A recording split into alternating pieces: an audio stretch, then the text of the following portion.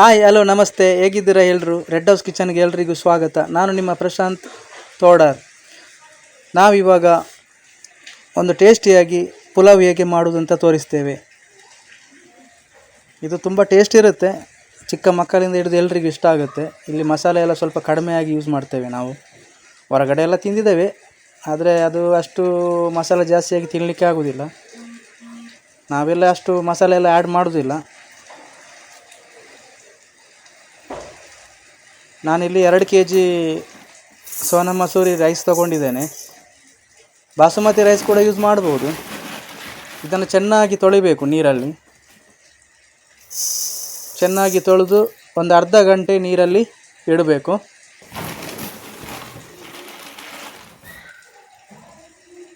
ಎರಡು ರೀತಿಯಲ್ಲಿ ಕೂಡ ಮಾಡಲಿಕ್ಕಾಗುತ್ತೆ ಪಲಾವು. ನಾವು ಈ ಥರ ಡ್ರೈನ್ ಮಾಡಿ ಮಾಡ್ತಾಯಿದ್ದೇವೆ.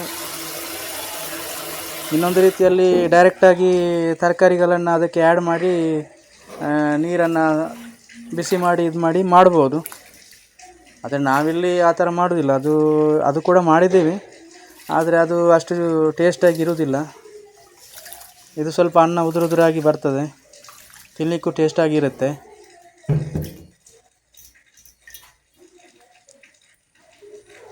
ಒಂದು ಅರ್ಧ ಗಂಟೆ ಇಡಬೇಕು. ಆಮೇಲೆ ಒಂದು ಪಾತ್ರೆ ಇಟ್ಟು ಅದಕ್ಕೆ ಸ್ವಲ್ಪ ಎಣ್ಣೆ ಹಾಕಿ ಬಿರಿಯಾನಿ ಎಲೆ, ಏಲಕ್ಕಿ, ಆಮೇಲೆ ಜೀರಿಗೆ ಇವೆಲ್ಲವನ್ನು ಸ್ವಲ್ಪ ಉರಿಬೇಕು. ಚೆನ್ನಾಗಿ ಹುರಿದಾದ್ಮೇಲೆ ಇದಕ್ಕೆ ಎಷ್ಟು ಬೇಕಷ್ಟು ನೀರನ್ನು ಹಾಕಬೇಕು. ವಾಟ್ರ್ ಆ್ಯಡ್ ಮಾಡಿ ಸ್ವಲ್ಪ ತುಪ್ಪ ಹಾಕಿ ಹುರಿದ್ರೆ ಒಳ್ಳೆಯದು. ಜಾಸ್ತಿ ಹಾಕಬೇಡಿ, ಸ್ವಲ್ಪ ಸಾಕು. ಆಮೇಲೆ ಸ್ವಲ್ಪ ನೀರು ಹಾಕಿ ನೀರು ಕುದಿಬೇಕು. ನೀರು ಕುದಿದಾದಮೇಲೆ ಇದಕ್ಕೆ ನೀವು ನೀರಲ್ಲಿ ನೆನೆಸಿಟ್ಟಂತಹ ರೈಸನ್ನು ಇದಕ್ಕೆ ಹಾಕಬೇಕು. ಅದಾದಮೇಲೆ ಒಂದು 3-4 ಚಮಚ ಉಪ್ಪು ಹಾಕಿ ಬೇಯಿಸಲಿಕ್ಕೆ ಬಿಡಬೇಕು. ಒಂದು 4 ಅಥವಾ 5 ಚಮಚ ಉಪ್ಪು ಹಾಕಿ. 2 kg ರೈಸ್ ಇದೆ, 2 kg ರೈಸಿಗೆ ಒಂದು 4 ಅಥವಾ 5 ಚಮಚ ಉಪ್ಪು ಹಾಕಿ. ಈಗ ಬಿಸಿ ಉರಿಯಲ್ಲಿ ಒಂದು ಚೆನ್ನಾಗಿ ಕುದಿ ಬರಬೇಕು ನೀರು.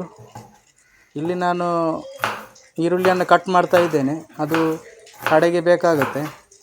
ಇದರ ಜೊತೆ ಗೋಡಂಬಿ ಮತ್ತು ದ್ರಾಕ್ಷಿಯನ್ನು ಆ್ಯಡ್ ಮಾಡಬೇಕು. ಇದೀಗ ಕಟ್ ಮಾಡಿ ಇಡ್ತಾ ಇದ್ದೇನೆ.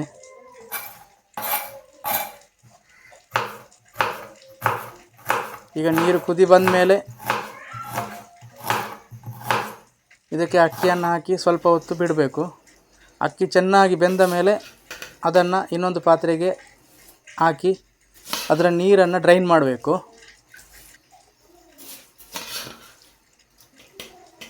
ಉಪ್ಪು ಬೇಕಾದರೆ ಹಾಕಿ, ಎಷ್ಟು ಬೇಕು ಅಷ್ಟು ನೋಡಿಕೊಂಡು ಉಪ್ಪು ಹಾಕಿ. ಉಪ್ಪು ಸಪ್ಪೆಯಾಗಿದ್ದರೆ ತಿನ್ನಲಿಕ್ಕೆ ಆಗೋದಿಲ್ಲ.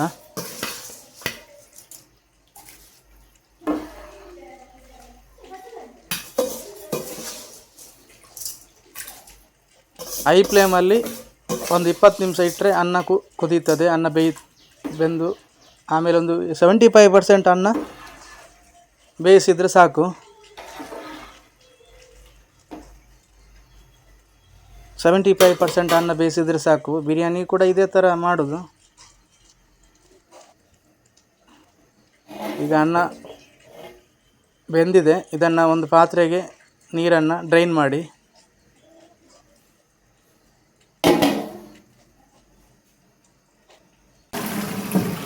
ಅನ್ನ ಉದುರಾಗಿ ಬರ್ತದೆ.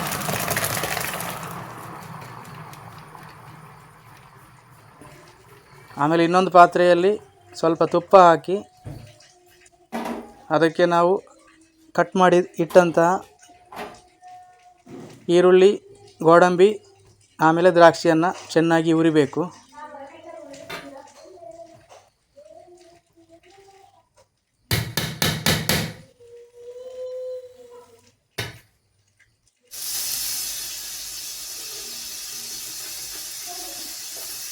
ಸ್ವಲ್ಪ ತುಪ್ಪ ಹಾಕಿ ಹುರಿಯಿರಿ.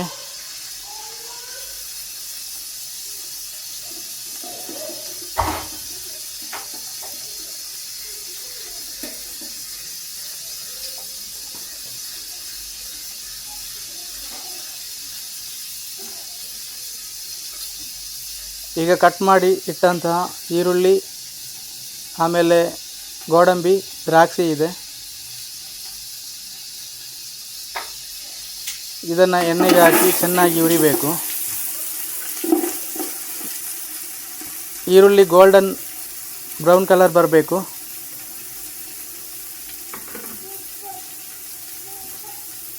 ಅದಾದಮೇಲೆ ಸ್ವಲ್ಪ ಶುಂಠಿ ಬೆಳ್ಳುಳ್ಳಿ ಪೇಸ್ಟನ್ನು ಇದಕ್ಕೆ ಆ್ಯಡ್ ಮಾಡಿ ಹಸಿ ವಾಸನೆ ಹೋಗುವ ತನಕ ಸ್ವಲ್ಪ ಹುರಿಯಿರಿ. ಶುಂಠಿ ಬೆಳ್ಳುಳ್ಳಿ ಪೇಸ್ಟ್ ಆ್ಯಡ್ ಮಾಡಿ ಅದಾದಮೇಲೆ 75% ಬೆಂದ ತರಕಾರಿಗಳನ್ನು ಇದಕ್ಕೆ ಆ್ಯಡ್ ಮಾಡಬೇಕು. ಜಾಸ್ತಿ ಬೇಯಬಾರ್ದು ತರಕಾರಿ, ಸ್ವಲ್ಪ ಬೇಯಿಸಿದ ತರಕಾರಿಯನ್ನು ಆ್ಯಡ್ ಮಾಡಬೇಕು.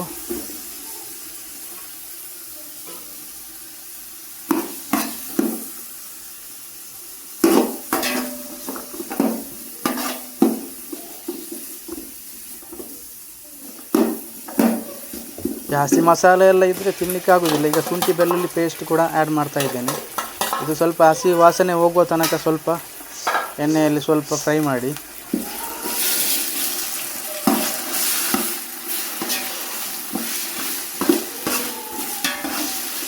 ಈ ಥರ ಮಾಡಿದರೆ ಒಳ್ಳೆ ಟೇಸ್ಟ್ ಇರುತ್ತೆ.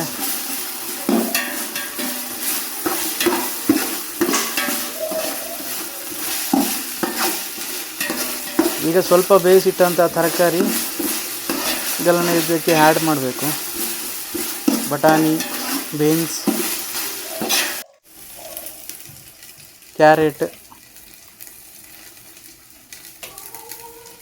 ನೋಡಿ.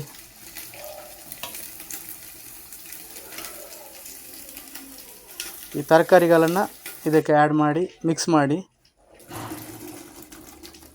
ಆಮೇಲೆ ಹುಡಿ ಮಾಡಿದಂತಹ ಮಸಾಲೆಯನ್ನು ಇದಕ್ಕೆ ಹಾಕಬೇಕು. ನಾವು ಜಾಸ್ತಿ ಇಲ್ಲಿ ಮಸಾಲೆ ಯೂಸ್ ಮಾಡೋದಿಲ್ಲ, ಕಡಿಮೆ.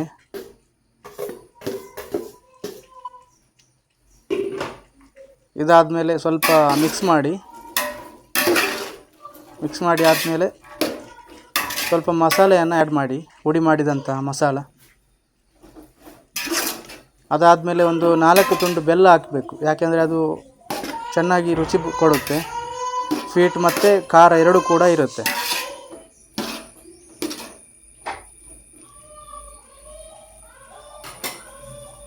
ಉಪ್ಪು ಕಡಿಮೆ ಇದ್ದರೆ ಸ್ವಲ್ಪ ನೋಡಿಕೊಂಡು ಉಪ್ಪು ಹಾಕಿ. ಈಗ ಮಸಾಲೆಯನ್ನು ಆ್ಯಡ್ ಮಾಡ್ತಾ ಇದ್ದೇನೆ ನಾನು.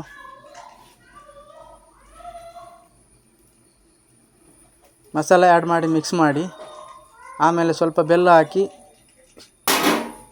ಒಂದು 10 ನಿಮಿಷ ಬೇಯಿಸಬೇಕು.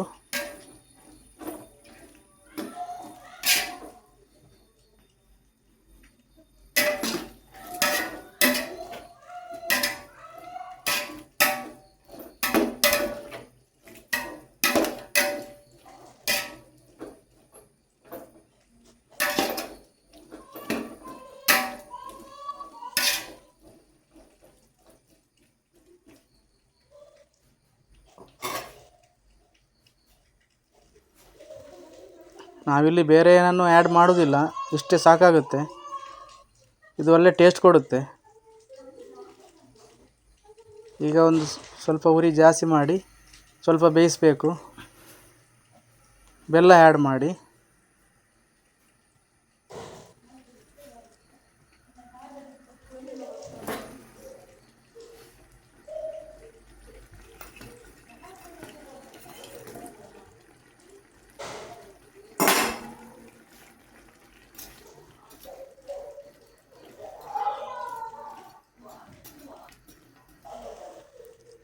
ಇವೆಲ್ಲ ಬೆಂದ ಮೇಲೆ ನಾವು ಡ್ರೈನ್ ಮಾಡಿದ ಅಕ್ಕಿಯನ್ನು ಇದಕ್ಕೆ ಆ್ಯಡ್ ಮಾಡಬೇಕು. ಅಕ್ಕಿಯನ್ನು ಆ್ಯಡ್ ಮಾಡಿ ಚೆನ್ನಾಗಿ ಮಿಕ್ಸ್ ಮಾಡಬೇಕು.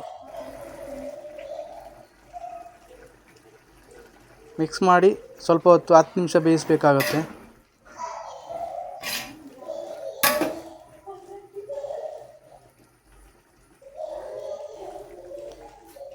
ಈಗ ಅನ್ನವನ್ನು ಹಾಕ್ತಾ ಇದ್ದೇನೆ.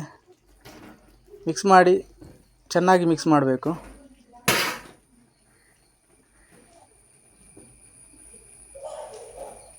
ಇದರಲ್ಲಿ ಒಂದು 20 ಜನಕ್ಕೆ ಆಗುವಷ್ಟು ಪುಲಾವ್ ಮಾಡ್ತಾ ಇದ್ದೇನೆ.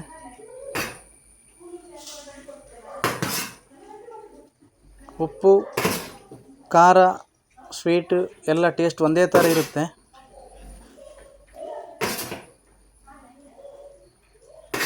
ಮಸಾಲೆ ಕೂಡ ಕಡಿಮೆ ಇದೆ, ಜಾಸ್ತಿ ಏನು ಮಸಾಲೆ ಇರುವುದಿಲ್ಲ. ಚೆನ್ನಾಗಿ ಮಿಕ್ಸ್ ಮಾಡಿ. ಇವಾಗ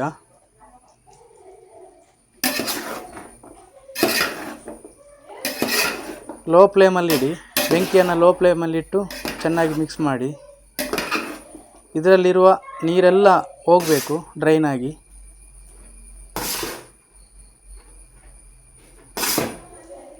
ಆಮೇಲೆ ಮುಚ್ಚಳವನ್ನು ಸ್ವಲ್ಪ ಮುಚ್ಚಿ ಒಂದು 10 ನಿಮಿಷ ಬೆಂಕಿಯಲ್ಲಿ ಇಡಬೇಕು. ಆವಾಗ ನೀರೆಲ್ಲ ಹೋಗಿ ಅನ್ನ ಚೆನ್ನಾಗಿ ಬೆಂದಿರುತ್ತೆ.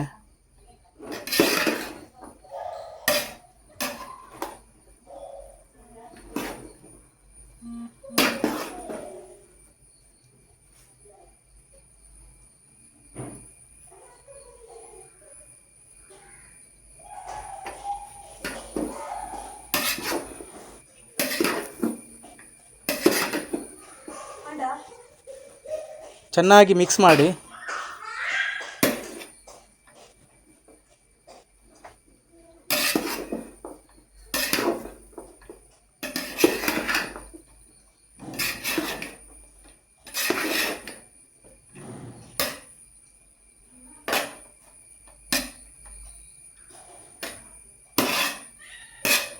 ಈಗ ಮುಚ್ಚಳವನ್ನು ಮುಚ್ಚಿ ಸ್ವಲ್ಪ ಹೊತ್ತು 10 ನಿಮಿಷ ಬೇಯಿಸಬೇಕು.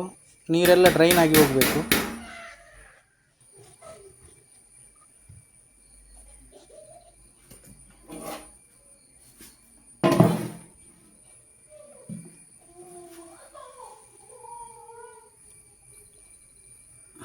ಇದನ್ನು ಕಚ್ಚಂಬರ್ ಜೊತೆ ತಿನ್ಬೋದು, ಆಮೇಲೆ ಸಾಸ್ ಹಾಕಿ ಕೂಡ ತಿನ್ಬೋದು, ರುಚಿ ಇರುತ್ತೆ.